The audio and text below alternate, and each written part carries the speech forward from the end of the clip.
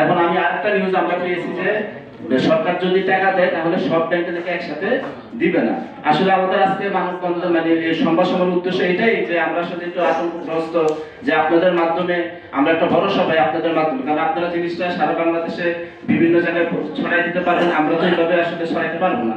আপনাদের এই সংবাদগুলি ইউটিউবে, জাতীয় পত্রিকা বিভিন্ন জায়গায় আসবে, কাজে আসলে আমাদের একটা উপকার হবে। এই আপনাদের এই আমাদের উপকারের জন্যই আসলে আমরা আপনাদেরকে ডাকছি, আপনারা আসছেন, এটাই আর কি আমাদের ইচ্ছে। কারণ আমরা সবাই সাধারণ একটা ভুক্তভোগী গ্রাহক, আমাদের সবারই আসলে নিজের জমানোর টাকা, সবাই কষ্ট করে টাকা বুঝে রাখছি। আমরা একটা হতাশার মধ্যে আছি, একটা আতঙ্কের মধ্যে আছি। সরকার যদিও বলছে দিবে, কিন্তু আমরা এখনো যেহেতু হাতে পাইনি, যার ফলে আমাদের আতঙ্কটা কাজ করতেছে আমাদের সবারই। কাজে এটা আপনাদের কাছে এই জন্য সম্ভাবনা করে যে আপনারা আমাদেরকে একটু সহায়তা করবেন, আপনারা আমাদেরকে মানে যেন এই সংবাদটা যেন সরকারের কাছে পৌঁছে, উপদেষ্টাদের কাছে পৌঁছে এবং গভর্নরের কাছে পৌঁছে। আমরা আপনাদের সাথে আছি এবং আপনারা আমাদের সাথে থাকবেন। Thank you. আসসালামু আলাইকুম।